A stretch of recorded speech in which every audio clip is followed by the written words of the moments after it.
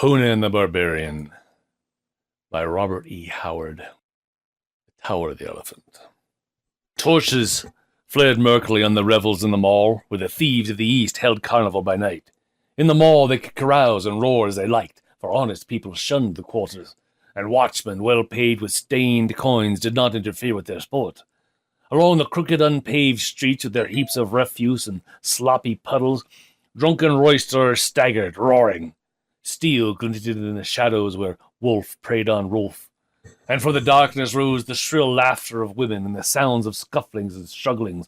Torchlight licked luridly from broken windows and wide-thrown doors, and out of those doors stale smells of wine and rank sweaty bodies, the clamor of drinking jacks and fists hammered on rough tables, snatches of obscene songs which Rick liked to sing, rushed like a blow in the face. In one of these dens, merriment thundered to the low, smoke-stained roof, where rascals gathered in every stage of rags and tatters, furtive cut-purses, leering kidnappers, quick-fingered thieves, swaggering bravos with their wenches, strident-voiced women clad in tawdry finery, native rogues with a dominant element, dark-skinned, dark-eyed Zamorians with daggers at their girdles and guile in their hearts.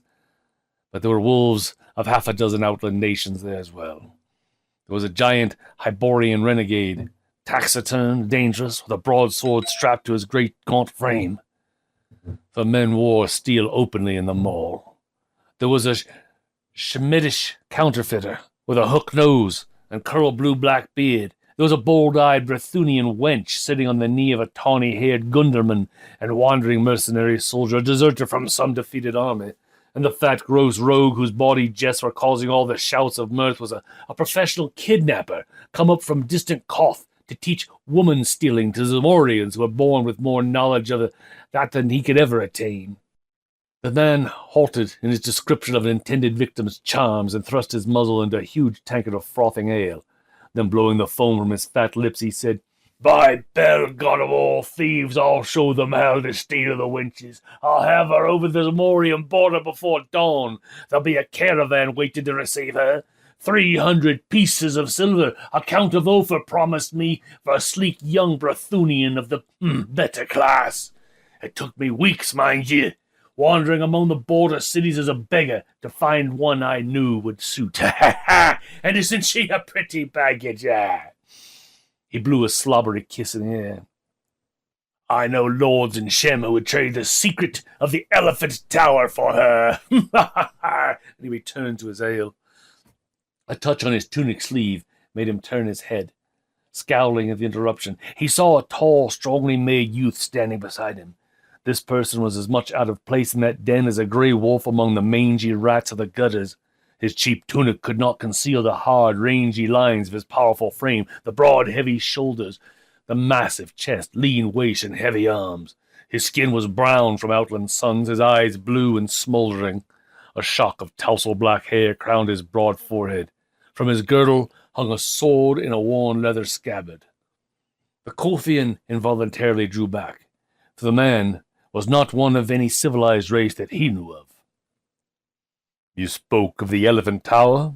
said the stranger, speaking Zamorian with an alien accent. "I've heard much of this tower. What is its secret?" The fellow's attitude did not seem threatening, and the Kothian's courage was bolstered up by the ale he was drinking and the evident approval of his audience. He swelled with self-importance. The secret of the Elephant Tower? Why, any fool knows that Yara, the priest, dwells there with the great jewel men call the elephant's heart. That is the secret of his magic. The barbarian digested this for a space. I have seen this tower. It is set in a great garden above the level of the city, surrounded by high walls. I have seen no guards. The walls would be easy to climb. Why has not somebody stolen this secret gem already? The Kothian stared wide-mouthed at the other's simplicity, and then burst into a roar of derisive mirth in which the others joined. Hearken to this heathen! He would steal the jewel of Yara. Hearken, fellows! I suppose you are some sort of a northern barbarian, is it, man? I am a Cimmerian. The reply in a manner of it meant little to the Kothian. Of a kingdom that lay far to the south, on the borders of Shem, he knew only vaguely of the northern races. Then give ear and learn wisdom, fellow. He pointed his drinking jack at the discomfited youth. Know that in Zamora, especially in this city, there are more bold thieves than anywhere else in the world, even Koth. If a mortal man could have stolen that gem, be sure it would have been filched long ago. You speak of climbing the walls, but once having climbed, you would quickly wish yourself back again. There are no guards in the gardens at night for very good reasons. That is, no human guards, But in the watch chamber and the lower part of the tower are armed men. And even if you pass those who roam the gardens by night, you must still pass through the soldiers, for the gem is kept somewhere in the tower above. But if a man could pass through the gardens, argued the Cimmerian, why could he not come at the gem through the upper part of the tower and thus avoid the soldiers? Again the Kothian gaped at him. Brrr! Listen to him! A barbarian's an eagle who would fly to the jeweled rim of the tower is only 150 feet above the earth, barbarian, with rounded sides slicker than polished glass. The Cimmerian glared about, embarrassed at the roar of mocking laughter that greeted his remark. He saw no particular humor in it, and he was too new to civilization to understand its discourtesies. Civilized men are more discourteous than savages, you know, because they can be, they know they can be impolite without having their skulls split open, as a general thing. The Cimmerian was bewildered and chagrined, and doubtless would have slunk away abashed, but the Kothian chose to goad him further. Come, come! Tell these poor fellows who've only been thieves since before you were spawned. Tell them how you would steal the gem, man. There is always a way, if the desire be coupled with courage, answered the Cimmerian. The Kothian chose to take this as a personal slur. His face grew purple with anger. What? You dare tell us our business and intimate that we are cowards? Get along, out of my sight! And he pushed the Cimmerian violently. Will you mock me, then lay hands on me? Greeted the barbarian, his quick rage leaping up, and he returned the push with an open-handed blow that knocked his tormentor back against the rude hewn table. Ale splashed over the jack's lips, and the Kothian roared in fury, dragging at his sword. Heathen dog, I'll have your heart for that. Steel flashed, and the throng surged wildly back out of the way. In their flight, they knocked over the single candle, and the den was plunged in darkness, broken by the crash of upset benches, drum of flying feet, shouts, oaths of people tumbling over one another in a single strident yell of agony that cut the din like a knife. When the candle was relit, most of the guests had gone out by the doors and the broken windows, and the rest huddled behind the stacks of wine kegs and under tables. The barbarian was gone. The center of the room was deserted except for the gashed body of the Kothian. The Cimmerian, with the unerring instinct of the barbarian, had killed his man in the darkness and in the confusion. The lurid lights and drunken revelry fell away behind the Cimmerian. He discarded his torn tunic and walked through the night naked now, except for a loincloth and his high-strapped sandals. He moved with the supple ease of a great tiger, his steely muscles rippling under his brown skin. He had entered the part of the city reserved for the temples. On all sides of him they glittered white in the starlight, snowy marble pillars and golden domes and silver arches, shrines of Zamora's myriad of strange gods. He did not trouble his head about them. He knew that Zamora's religion, like all things of civilized, long-settled people, was intricate and complex, and had lost most of its pristine essence in a maze of formulas and rituals. He had squatted for hours in the courtyard of the philosophers, listening to the arguments of theologians and teachers. He'd come away in a haze of bewilderment, sure of only one thing, and that they were all touched in the head. His gods were simple and understandable.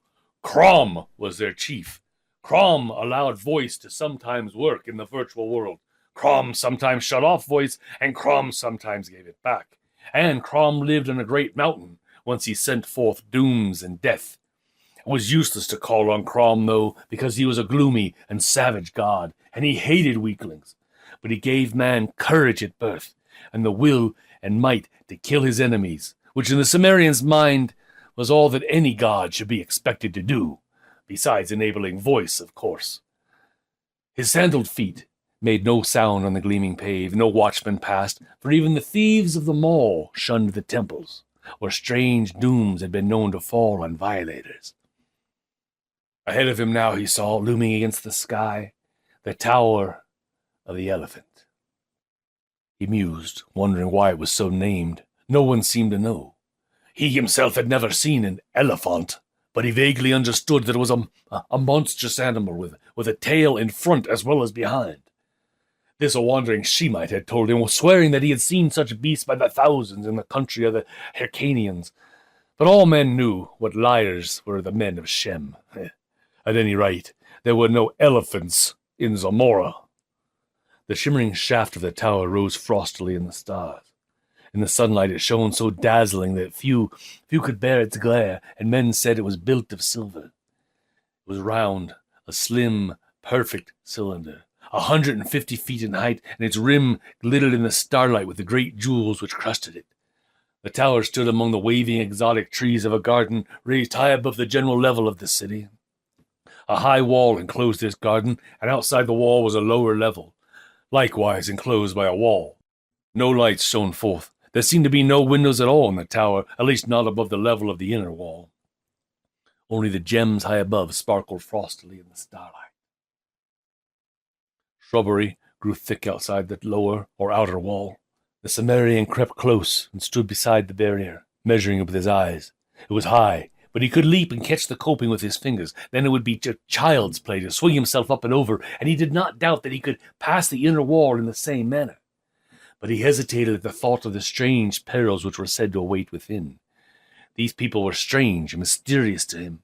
They were not of his kind, not even of the same blood as the more westerly Brothunians or Nemedians or Tuscaloosan or Kothians or Aquilonians, whose civilized mysteries had awed him in times past. The people of Zamora were very ancient, and for what he had seen of them, very evil. He thought of Yara, the high priest, who worked strange dooms from this jeweled tower. The Cimmerian's hair prickled as he remembered a tale told by a drunken page of the court, how Yara had laughed in the face of a hostile prince and held up a glowing evil gem before him, and how rays shot blindingly from that unholy jewel to envelop the prince, who screamed and fell down and shrank into a withered blackened lump that changed to a black spider which scampered wildly about the chamber until Yara set his heel upon it. Yara came not often from this tower of magic, and always to work evil on some man or some nation. The king of Zamora feared him more than he feared death, and he kept himself drunk all the time because that fear was more than he could endure sober. Yara was very old, centuries old, men said, and added that he would live forever because of the magic of this gem which the men called the heart of the elephant. For no better reason than they named his hold the elephant's tower. Now the Cimmerian, engrossed in his thoughts, shrank quickly against the wall. Within the garden someone was passing, someone who walked with a measured stride. The listener heard the clink of steel. So after all, a guard did pace these gardens. The Cimmerian waited, expected to hear him pass again on the next round, but silence rested over this mysterious garden. At last, curiosity overcame him. Leaping lightly, he grasped the wall and swung himself up to the top with one arm. Lying flat on the broad coping, he looked down into the wide space between the walls. No shrubbery grew near him, though he saw some carefully trimmed bushes near the inner wall. Starlight fell on the even sward, and somewhere a fountain tinkled. The Cimmerian cautiously lowered himself down on the inside and drew his sword, staring about him. He was shaken by the nervousness of the wild, as standing thus unprotected in the naked starlight. He moved lightly around the curve of the wall, hugging its shadow, until he was even with the shrubbery he had noticed. Then he ran quickly toward it, crouching low, and almost tripped over a form that lay crumpled near the edges of these bushes. A quick look to right and left showed him no enemy in sight at least, and he bent close to investigate. His keen eyes, even in the dim starlight, showed him a strongly built man in silvered armor and crested helmet of the Zamorian royal guard. A shield and a spear lay near him, and it took but an instant's examination to show that he had been strangled. The barbarian glanced about uneasily. He knew that this man must be a guard, and he had heard pass his hiding place by the wall just moments ago. Only a short time had passed, yet in that interval, nameless hands had reached out of the dark and choked out the soldier's life. Near these carefully trimmed bushes, which is always a good idea when you're wearing attire such as some of us are tonight. Straining his eyes in the gloom, he saw a hint of motion through the shrubs near the wall. Thither he glided, gripping his sword. He made no more noise than a panther stealing through the night. Yet the man he was stalking heard him. The Cimmerian had a dim glimpse of a huge bulk close to the wall, felt relief that it was at least human. Then the fellow wheeled quickly with a gasp that sounded like panic, made the first motion of a forward plunge, hands clutching, and then recoiled as the Cimmerian's blade caught the starlight. For a tense instant, neither spoke, standing ready for anything. "You are no soldier. You are a thief, like myself." "And who are you?" asked the Cimmerian in a suspicious whisper. "I am Taurus of Numidia." The Cimmerian lowered his sword. "Bah, I have heard of you. Men call you a prince of thieves." A low laugh answered him. Taurus was as tall as the Cimmerian and heavier. He was big-bellied and fat, but his every movement betokened a subtle dynamic magnetism which was reflected in the keen eyes that glinted vitally, even in the starlight. He was barefooted and carried a coil of what looked like thin, strong rope knotted at regular intervals. "Who are you?" "I am Conan, a Cimmerian," answered the other. "I came seeking a way to steal Yara's jewel that the men call the elephant's heart." Conan sensed the man's great belly shaking in laughter, but it was not derisive. "By Bel, god of thieves," hissed Taurus, "I thought only myself had the courage to attempt that poaching. These Amorians call themselves thieves. Bah! Conan, I like your grit. I never shared an adventure with anyone, but by Bel, we'll attempt this together if you're willing." "Then you are after the gem too?" "Ah, what else? I've had my plans laid for months, but you, I think, have acted on a sudden impulse, my friend." "You killed the soldier?" "Of course I did. I slid over the wall when he was on the other side of the garden. I hid in the bushes. He heard me, or thought he heard something. When he came blundering over, it was no trick at all to get behind him and suddenly grip his neck and choke out his fool's life. He was like most men, half blind in the dark. A good thief should have eyes like a cat." "You made one mistake." Taurus's eyes flashed angrily. I, a mistake? Impossible." "You should have dragged the body into the bushes." "Ha ha!" said the novice to the master of this art. "They will not change the guard, Conan, until past midnight. Should any come searching for him now and find his body, they would flee at once to Yara, bellowing the news and give us time to escape, you see. Were they not to find that body, they'd go on beating up the bushes and they'd catch us, you and me, like rats in a trap." "You are right," agreed Conan. "So, now attend. We waste time in this cursed discussion. There are no guards in the inner garden. No, human guards, I mean. Though there are sentinels even more deadly. It was their presence which baffled me for so long, but I finally discovered a way to circumvent them." "What of the soldiers in the lower part of the tower?" "Old Yara dwells in the chambers above. By that route we will come, and go, I hope. Never mind asking me how. I have arranged a way, Conan. We'll steal down through the top of the tower and strangle old Yara before he can cast any of his accursed spells upon us. At least, we'll try. It's a chance of being turned into a spider or a toad against the wealth and the power of the world. All good thieves must know how to take risk, "I'll go as far as any man." Conan slipped off his sandals. "Then follow me." And turning, Taurus leaped up, caught the wall, and drew himself up. The man's suppleness was amazing considering his bulk. He seemed almost to glide up over the edge of the coping. Conan followed him, and lying flat on the broad top, they spoke in wary whispers. "I see no light," Conan muttered. The lower part of the tower seemed much like the portion visible from the outside the garden, a perfect gleaming cylinder with no apparent openings. "Aye, there are cleverly constructed doors and windows," answered Taurus, "but they are closed. The soldiers breathe air that comes from above." The garden was a vague pool of shadows where feathery bushes and low-spreading trees waved darkly in the starlight. Conan's weary soul felt the aura of waiting menace that brooded over it. He felt the burning glare of unseen eyes, and he caught a subtle sense that made the short hairs on his neck instinctively bristle as a hunting dog bristles at the scent of an ancient enemy. "Follow me," whispered Taurus. "Keep behind me, as you value your life." Taking what looked like a copper tube from his girdle, the Numidian dropped lightly to the sward inside the wall. Conan was close behind him, sword ready, but Taurus pushed him back close to the wall and showed no indication to advance himself. His whole attitude was of a tense expectancy, and his gaze, like Conan's, was fixed on the shadowy mass of shrubbery a few yards away. "Bring me a shrubbery." Sorry. The shrubbery was shaken, although the breeze had died down now. Then two great eyes blazed from the waving shadows, and behind them other sparks of fire glinted in the darkness. "Lions," muttered Conan. "Aye. By day they are kept in subterranean caverns below the tower. That's why there are no guards in this garden, eh?" Conan counted the eyes rapidly. 5 in sight.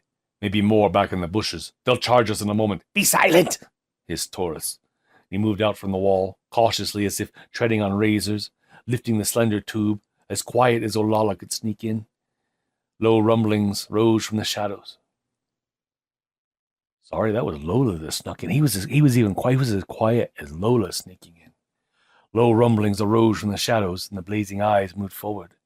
Conan could sense the great slavering jaws, the tufted tails lashing tawny sides. The air grew tense. The Cimmerian gripped his sword, expecting the charge and the irresistible hurtling of giant bodies. Then Taurus brought the mouth of the tube to his lips and blew powerfully. A long jet of yellowish powder shot out from the other end of the tube and billowed out instantly in a thick green-yellow cloud that settled over the shrubbery, blotting out the glaring eyes. Taurus ran back hastily to the wall. Conan glared without understanding. The thick cloud hid the shrubbery, and from it no sound came. Taurus ran back hastily to the wall. Conan glared without understanding. The thick cloud hid the shrubbery, and from it no sound came. We already heard that part. What is that mist? The Cimmerian asked uneasily. "Death," hissed the Numidian. "If a wind springs up and it blows it back upon us, we must flee over the wall.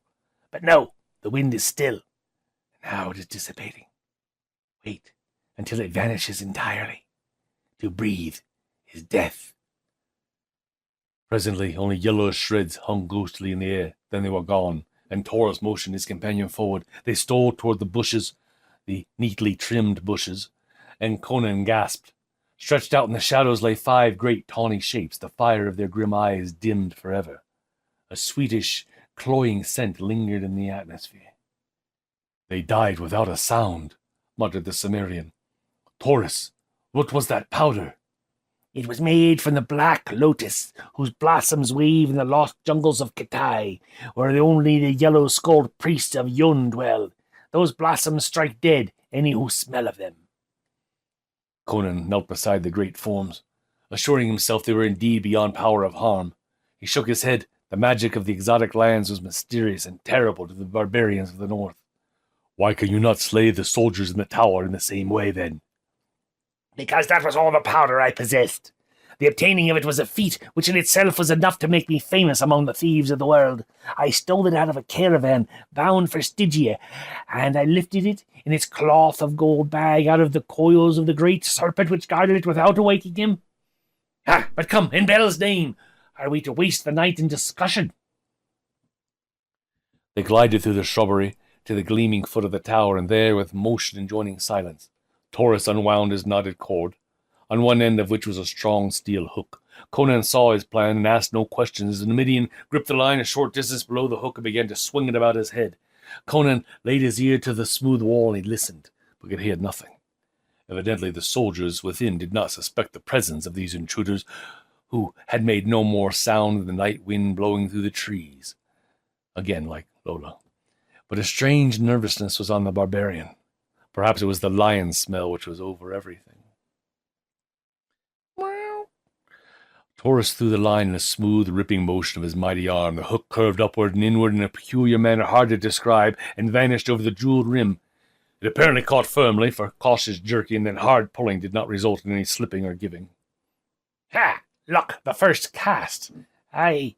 It was Conan's savage instinct which made him wheel suddenly, for the death that was upon them made no sound.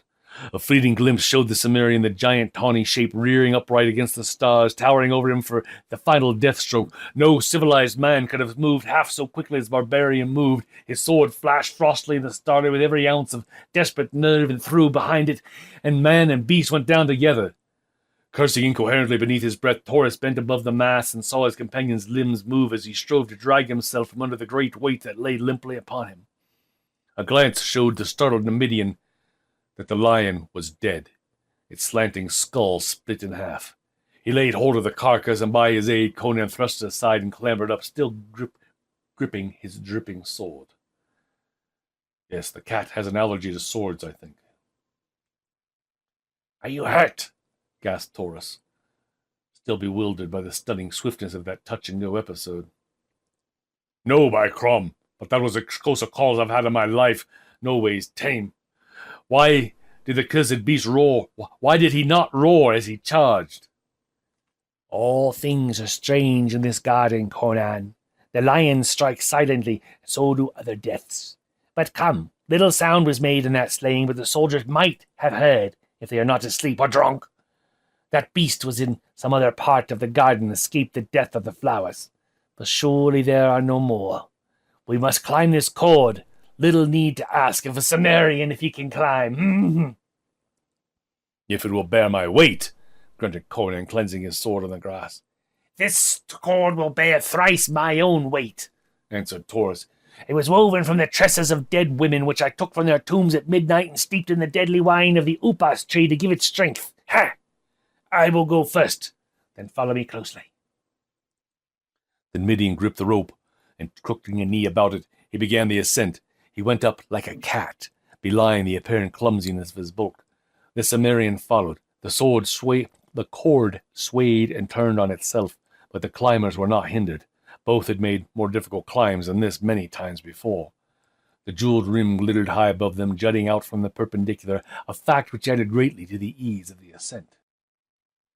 Up and up they went, silently, the lights of the city spreading out further and further to their sight as they climbed, the stars above them more and more dimmed by the glitter of the jewels along the rim. Now Taurus reached up a hand and gripped the rim itself, pulling himself up and over. Conan paused a moment on the very edge, fascinated by the great frosty jewels whose gleams dazzled his eyes. Diamonds, rubies, emeralds, sapphires, turquoise, moonstones set thick as stars in the shimmering silver. At a distance, their different gleams that seemed to merge into a pulsing white glare, but now, at close range, they shimmered like a million rainbow tints and lights, hypnotizing him with their scintillations. "It was a fabulous fortune here, Taurus," he whispered. But the Numidian answered impatiently, "Come on, if we secure the heart, these and all other things shall be ours." Conan climbed over the sparkling rim. The level of the tower's top was some feet below the gemmed ledge, and he pondered to himself, what goes on 4 legs by morn, 2 by afternoon, and 3 by evening? Then he dismissed that thought and paid attention again to the ledge. It was a flat, composed of some dark blue substance, set with gold that caught the starlight, so the whole looked like a wide sapphire flecked with shining gold dust. Across from the point where they had entered, there seemed to be a sort of a chamber built upon this roof. It was the same silvery material as the walls of the tower, adorned with designs worked in smaller gems. Its single door was of gold, its surface cut in scales, encrusted with jewels that gleamed like ice. Conan cast a glance at the pulsing oceans of light which spread far below them, then glanced at Taurus. The Numidian was drawing up his cord and coiling it. He showed Conan where the hook had caught. A fraction of an inch on the point had sunk under a great blazing jewel on the inner side of the rim. "Luck was with us again. One would think that our combined weight would have torn that stone out. Follow me, Conan. The real risks of the venture begin now. We are in the serpent's lair, and we know not where he lies hidden." Like stalking tigers, they crept across the darkly gleaming floor and halted outside the sparkling door. With a deft and cautious hand, Taurus tried it. It gave without resistance, and the companions looked in, tensed for anything. Over the Numidian's shoulder, Conan had a glimpse of the glittering chamber, the walls and ceiling and floor of which were crusted with great white jewels which lighted it briefly and brightly, which seemed its only illumination. It seemed empty of life. "Before we cut off our last retreat, You go to the rim and look over all sides. If you see any soldiers coming in from the gardens or anything suspicious, return and tell me. I will await you within this chamber. Conan saw scant reason in this, and a faint suspicion of his companion touched his wary soul. But he did as Taurus requested. As he turned away, the Numidian slipped inside the door and drew it shut behind him. Conan crept about the rim of the tower, returning to his starting point without having seen any suspicious movement in the vaguely waving sea of leaves below. Conan turned toward the door. Suddenly, from within the chamber, there sounded a strangled cry. The Cimmerian leaped forward, electrified. The gleaming door swung open, and Taurus stood framed in the cold blaze behind him. He swayed, and his lips parted, but only a dry rattle burst from his throat. Catching at the golden door for support, Taurus lurched out upon the roof, and fell headlong, clutching at his throat. The door swung to behind him. Conan, crouching like a panther at the bay, saw nothing in the room behind the stricken Numidian. In the brief instant the door was partly open, unless it was not a trick of the light which made it seem as if a shadow darted across the gleaming door.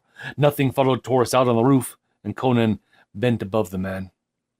The Numidian stared up with dilated, glazed eyes that somehow held a terrible bewilderment.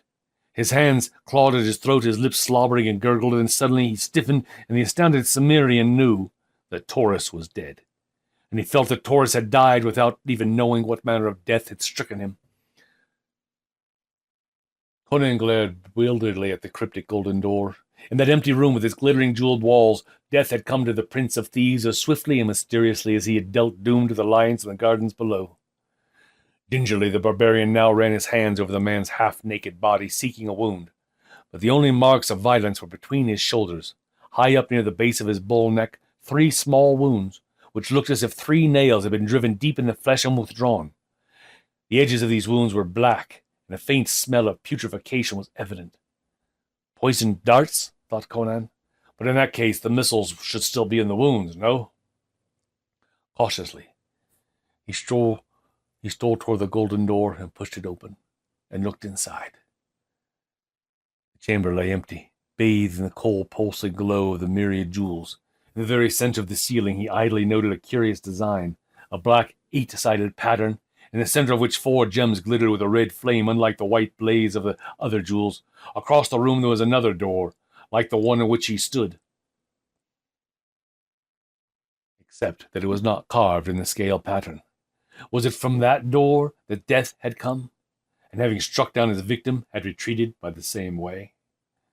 Closing the door behind him, the Cimmerian advanced into the chamber. His bare feet made no sound on the crystal floor. There were no chairs or tables in the chamber, only 3 or 4 silken couches, embroidered with gold and worked in the strange serpentine designs, and several silver-bound mahogany chests. Some of these chests were sealed with heavy golden locks. Others lay open, their carven lids thrown back, revealing heaps of jewels and a careless riot of splendor to the Cimmerian's astounded eyes.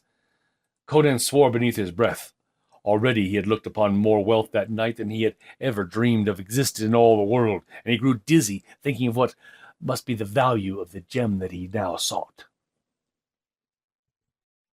He was in the center of the room, going stooped forward, head thrust out warily, sword advanced, and when again death struck at him soundlessly. A flying shadow that swept across the gleaming floor was his only warning, and his instinctive sidelong leap all that saved his life.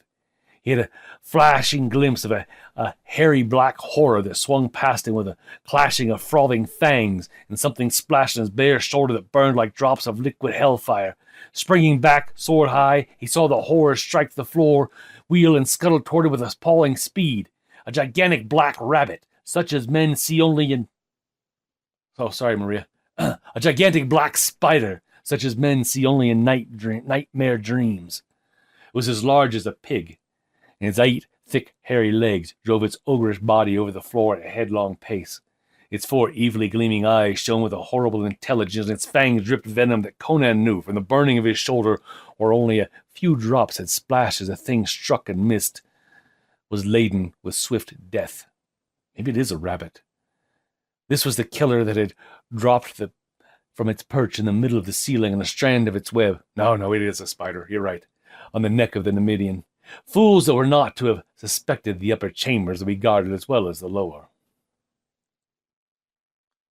These thoughts flashed briefly through Conan's mind as the monster rushed. He leaped high, and it passed beneath him, wheeled, and charged. This time he evaded its rush with a sidewise leap and struck back like a cat. His sword severed one of the hairy legs, and again he barely saved himself as a monstrosity swerved at him, fangs clicking fiendishly. I wonder if spider feet are good luck like rabbit's feet. Probably not. But the creature did not press this pursuit. Turning, it scuttled across the crystal floor and ran up the wall to the ceiling, where it crouched for an instant, glaring down at Conan with its fiendish red eyes. Then, without warning, it launched itself through space, trailing its strand of slimy grayish stuff. Conan stepped back to avoid the hurtling body, then ducked frantically, just in time to escape being snared by the flying web rope. He saw the monster's intent and sprang toward the door, but it was quicker, and a sticky strand cast across the door made him prisoner. He dared not to try cut it with his sword. He knew the stuff would cling to the blade. Before he could shake it loose, the fiend would be sinking its fangs into his very back.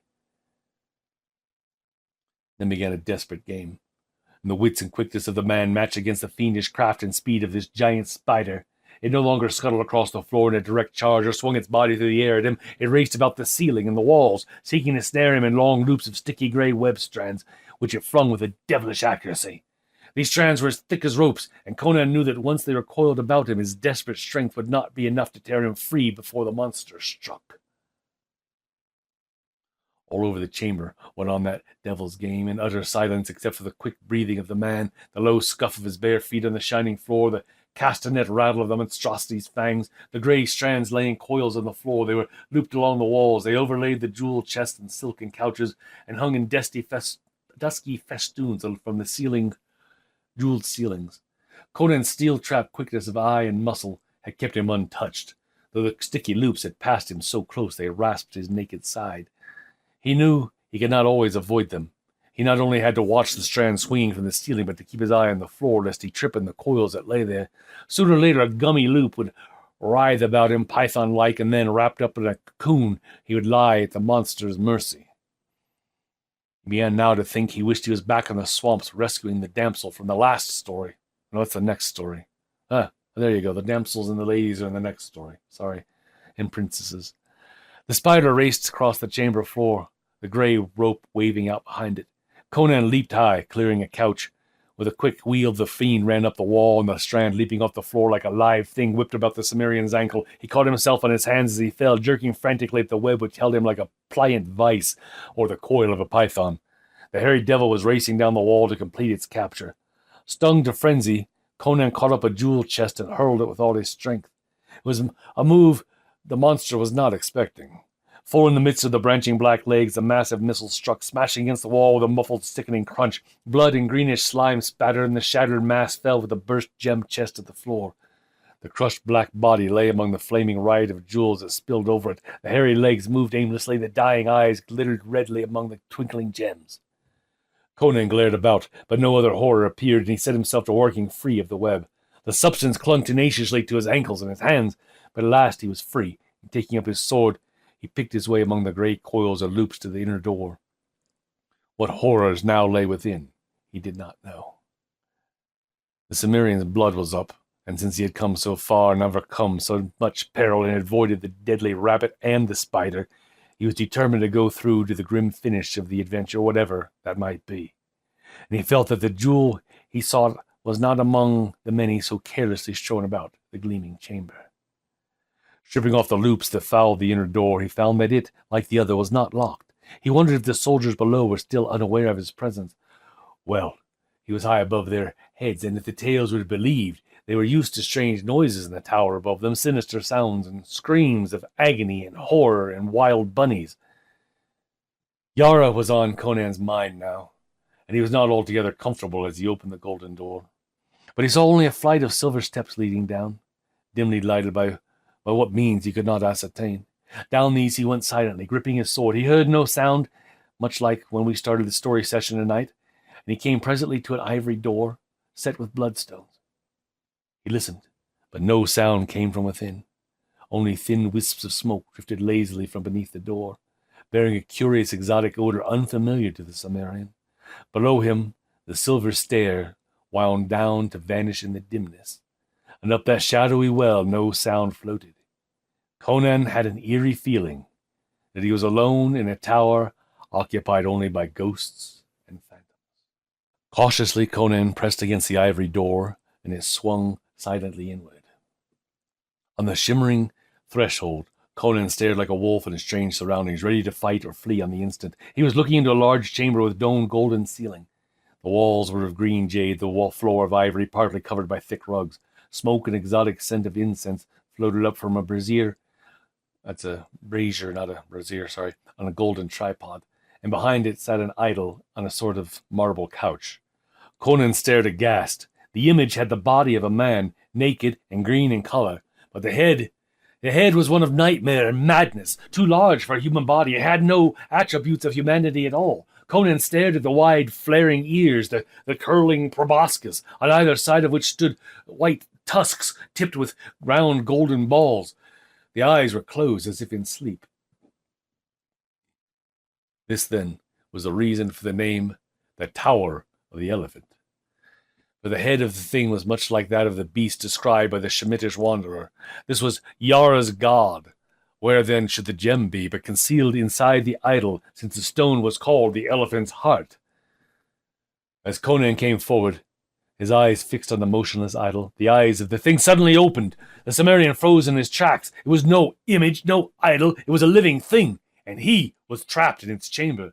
That he did not instantly explode in a burst of murderous frenzy is a fact that measures his horror, which paralyzed him where he stood. A civilized man in his position would have sought doubtful refuge in the conclusion that he was insane. It did not occur to this Cimmerian to doubt his own senses, though, much like Scrooge did when Marley visited him. No, he did not doubt his senses. He knew he was face to face with a demon of the elder world, and the realization robbed him of all his faculties except sight.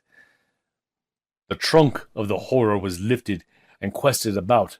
The topaz eyes stared unseeingly, and Conan knew the monster was blind. With the thought came a thawing of his frozen nerves, and he began to back silently toward the door. But the creature heard. The sensitive trunk stretched out toward him, snorkel, and Conan's horror froze him again when the being spoke in a strange, stammering voice that never changed its key or its timbre. The Cimmerian knew that those jaws were never built or intended for human speech. "Who is there? Have you come to torture me again, Yara? Will you ever be done? Oh, Yakosha, is there no end to agony?" Tears rolled from those sightless eyes, and Conan's gaze strayed to the limbs stretched on the marble couch, and he knew the monster would not rise to attack him. He knew the marks of the rack, and the searing brand of the flame, and the tough-souled as he himself was. He stood aghast at the ruined deformities which his reason told him had once been limbs as comely as his own. And suddenly all fear and repulsion went from Conan, to be replaced by a great pity. Whatever this monster was, Conan could not know, but the evidence of its sufferings were so terrible and pathetic that a strange aching sadness came over the Cimmerian. He knew not why. He only felt that he was looking upon a cosmic tragedy, and he shrank with shame, as if the guilt of a whole race were laid upon him. "I am not Yara. I am only a thief. I will not harm you." Come near that I may touch you." Conan came near unfearingly, his sword hanging forgotten in his hand. The sensitive trunk came out and groped over his face and shoulders, as a blind man gropes, and its touch was light as a girl's hand. "You are not of Yara's race of devils. The clean, lean fierceness of the wastelands mocks you. I know your people from of old, whom I knew by another name in the long, long ago, when another world lifted its jewel spires to the stars. There is blood on your fingers." "A spider and a bunny in the chamber above, and a lion in the garden below," muttered Conan. "You've slain a man, too, this night, and there's death in the tower above. I feel. I know." "Aye," muttered Conan. "The prince of all thieves lies there dead from the bite of the vermin." "So and so." The strange inhuman voice rose in a sort of low chant. "A slaying in the tavern and a slaying on the road. I know, I feel, and the third will make the magic of which not even Yara dreams. O magic of deliverance, green gods of Yog!" Again tears fell as the tortured body was rocked to and fro in the grip of varied emotions. Conan looked on, bewildered. Then the convulsions ceased. The soft, sightless eyes were turned toward the Cimmerian, and the trunk beckoned. "O man, listen. I am foul and monstrous to you, am I not? Nay, do not answer. I know. But you would seem as strange to me, could I see you. There are many worlds besides this earth, and life takes many shapes. I am neither god nor demon. I am but flesh and blood like yourself, man, though the substance differ in part, and the form be cast in a different mold. I am very, very old, O man of the waste country. Long and long ago I came to this planet with others of my world from the green planet Yarg, which circles forever in the outer fringe of this universe. We swept through space on mighty wings that drove us from the cosmos quicker than light, because we had warred with the kings of Yarg and were defeated and outcast. But we could never return, for on earth our wings withered from our shoulders. Here we abode apart from earthly life. We fought the strange and terrible forms of life which then walked the earth, so we became feared, and were not molested in the dim jungles of the east where we had our abode. We saw men grow from apes and build the shining cities of Valusia, Camellia, Camoria, and their sisters. We saw them reel before the thrust of the heathen Atlanteans, and Picts, and Hoosiers, and Lemurians. We saw the oceans rise and engulf Atlantis and Lemuria, and the isles of the Picts, and the shining cities of civilization. We saw the survivors of Pictum and Atlantis build their Stone Age empires and go down to ruin, locked in bloody wars. We saw the Picts sink into abysmal savagery, the Atlanteans into apedom once again. We saw new savages drift southward in conquering waves from the Arctic Circle to build a new civilization, with new kingdoms called Numidia and Koth, Aquilonia, and their sisters. We saw your people rise under a new name from the jungles of the apes that had been Atlanteans. We saw the descendants of Lemurians who had survived the cataclysm rise again through savagery and ride westward as Hyrcanians. And we saw this race of devils, survivors of the ancient civilization that was before Atlantis sank, come once more into culture and power, this accursed kingdom of Zamora. All this we saw, neither aiding nor hindering the immutable cosmic laws. One by one, we died, man, for we of Yarg are not immortal, though our lives are as the lives of planets and constellations. At last, I alone was left, dreaming of old times among the ruined temples of the jungle-lost Katai, worshipped as a god by an ancient yellow-skinned race. Then came Yara, versed in dark knowledge, handed down through the days of the barbarism since before Atlantis sank. First he sat at my feet and learned wisdom, but he was not satisfied with what I taught him, for it was white magic, and he wished all evil lore to enslave kings and glut a fiendish ambition. I would teach him none of the black secrets I had gained through no wish of mine through the eon. But his wisdom was deeper than I had guessed. With guile gotten among the dusky tombs of dark Stygia, he trapped me into divulging a secret I had not intended to bear, and turning my own power upon me, he enslaved me. Ah, gods of Yarg, my cup has been bitter since that hour. He brought me up from the lost jungles of Katai, where the grey apes danced to the pipes of the yellow priests, and offerings of fruit and wine heaped upon my broken altars.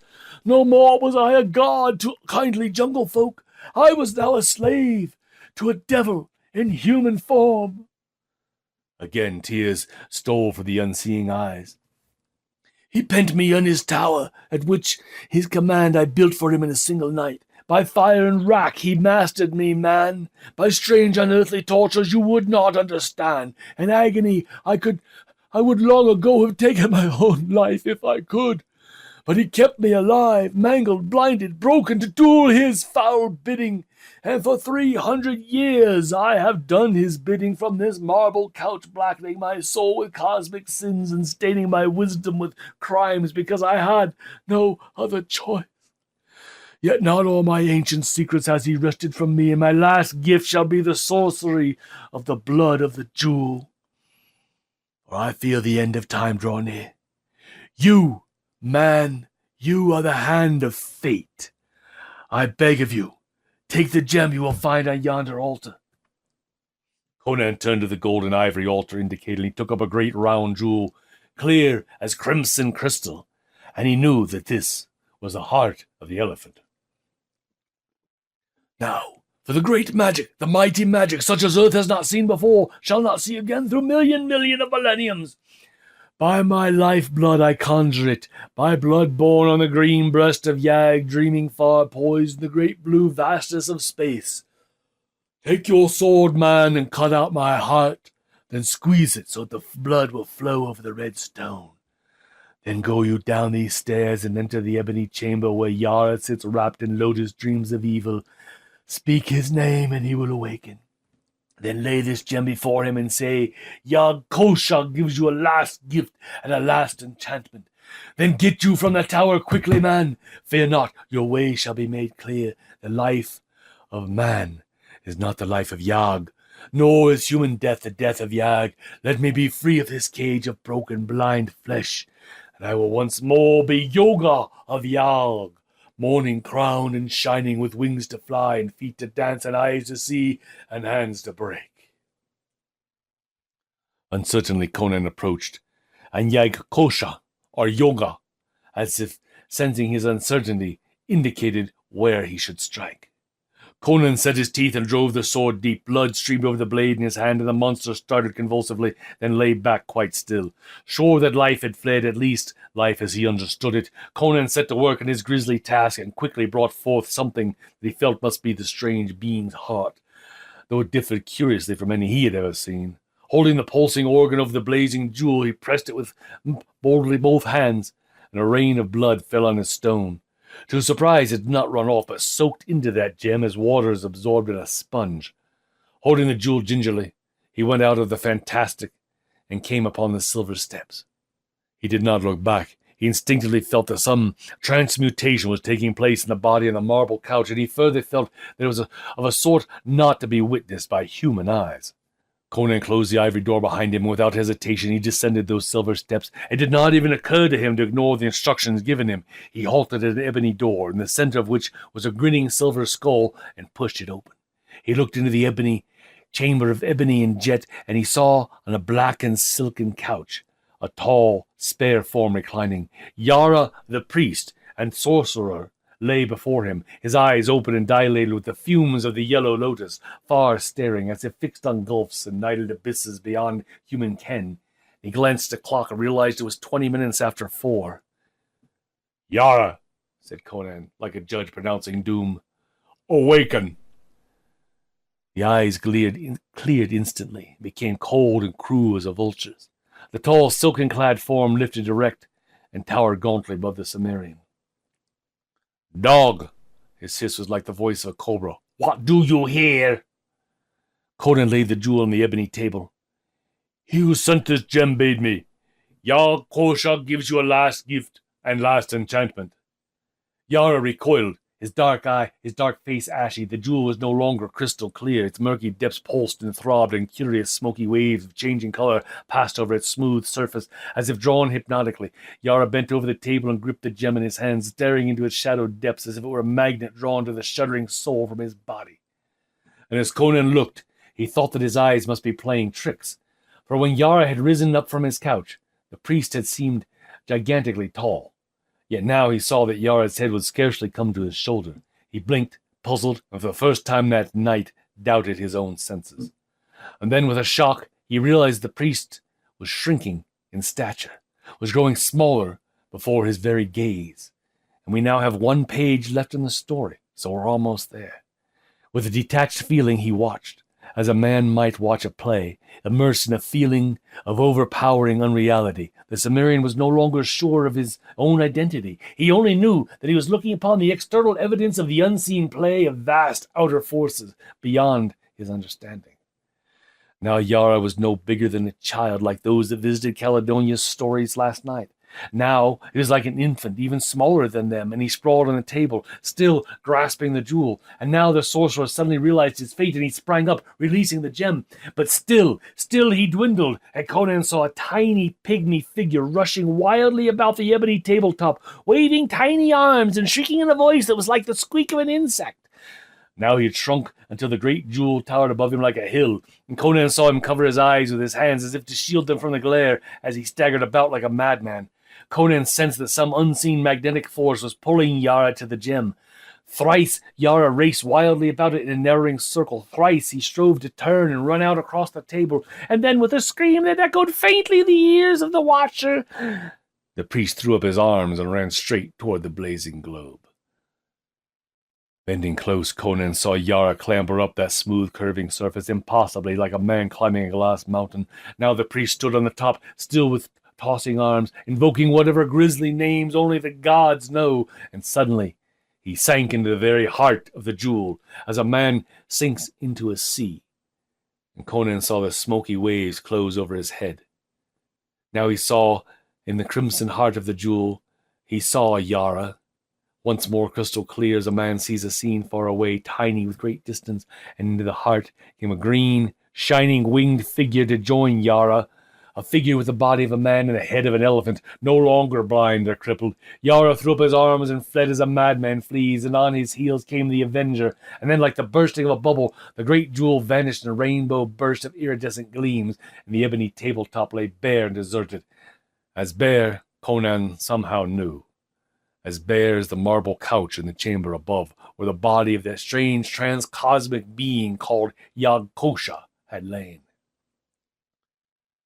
The Cimmerian turned and fled from the chamber, down the silver stairs. So amazed was he that it did not occur to him to escape the tower from the way he had entered it. Down that winding, shadowy silver well he ran, and he came into a large chamber at the foot of the gleaming stairs. There Conan halted for an instant.